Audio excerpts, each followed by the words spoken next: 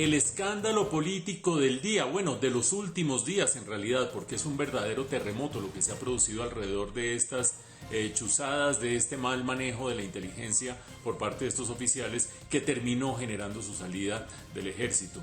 La gran pregunta, por supuesto, que todo el mundo se está haciendo es si esta es una política de gobierno, si el presidente Duque sabía de todo esto o si estas personas estaban actuando por cuenta propia, bastante difícil de creer, o respondiéndole a alguien más. Es difícil saberlo a ciencia cierta, pero bueno, ustedes ya vieron a los generales diciendo el presidente no lo sabía, pero más allá de lo que digan los generales, uno veía en su momento al ministro Botero tan despistado, como con tantas dificultades para poder controlar lo que estaba sucediendo dentro de las fuerzas militares, que diría, hombre, ni el ministro ni el presidente Duque sabían en su momento qué era lo que estaba pasando el año pasado dentro de las fuerzas militares. Uno ve ahora al ministro Holmes tan enérgico en la palabra y en sus declaraciones, como despistado a la hora de actuar y saber qué es exactamente lo que está pasando, que yo creo que tampoco sabe muy bien quién le está rindiendo cuentas a quién y qué está pasando allí, y también creo que el presidente Duque no sabe muy bien a quién le están rindiendo cuentas estos militares y se les sale de las manos el manejo de este problema. Por supuesto viene la pregunta clave y es entonces ¿a quién le responden los militares? Acuérdense ustedes que cuando, los militares, estamos hablando de los disidentes, porque ya voy a hablar de dos fracciones de los militares. Cuando se posesionó el presidente Duque, había aparentemente dos grupos dentro de las fuerzas militares. Los que eran leales a Juan Manuel Santos y eran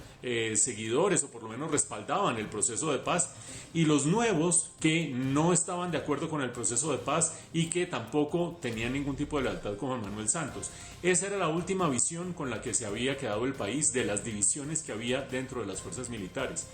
Pues ahora, a juzgar por estos escándalos, más los de final del año pasado, más los que hemos reseñado en este noticiero en los últimos meses,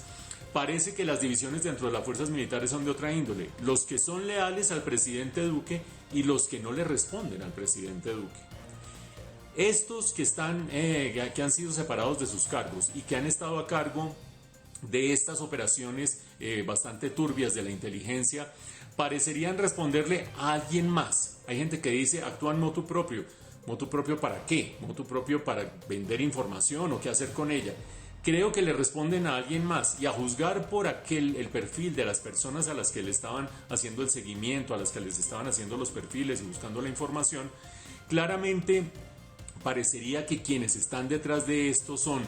o afines al Centro Democrático o la línea radical del Centro Democrático. Basta ver a quienes del resto del espectro político están siguiendo, lo que querría decir que este grupo de militares estarían sirviéndole a alguien dentro del Centro Democrático y no al presidente Duque. Esto hace el problema mucho más complejo, porque quiere decir que no solamente hay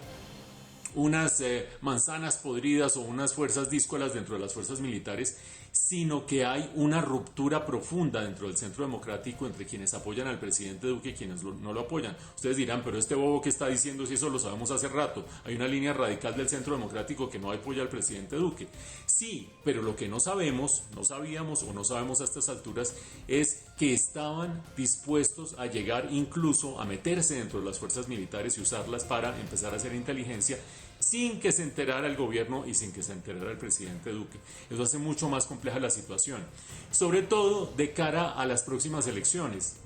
Pasará el coronavirus, pasará la pandemia y nos encontraremos con unas elecciones en las que la economía va a estar en muy mala condición, con un desempleo cercano al 20%, lo que es terreno abonado para cualquier movimiento populista, pero con un gobierno que podría cargar encima, como lo carga en este momento, el descrédito de tener unas fuerzas militares díscolas que no le atienden a él, sino que están tratando de perseguir a sus opositores políticos. Eso quiere decir que no solo es el terreno abonado para el movimiento populista, sino sobre todo para un movimiento populista de izquierda. Vamos a ver si se pellizca a alguien en toda esta situación.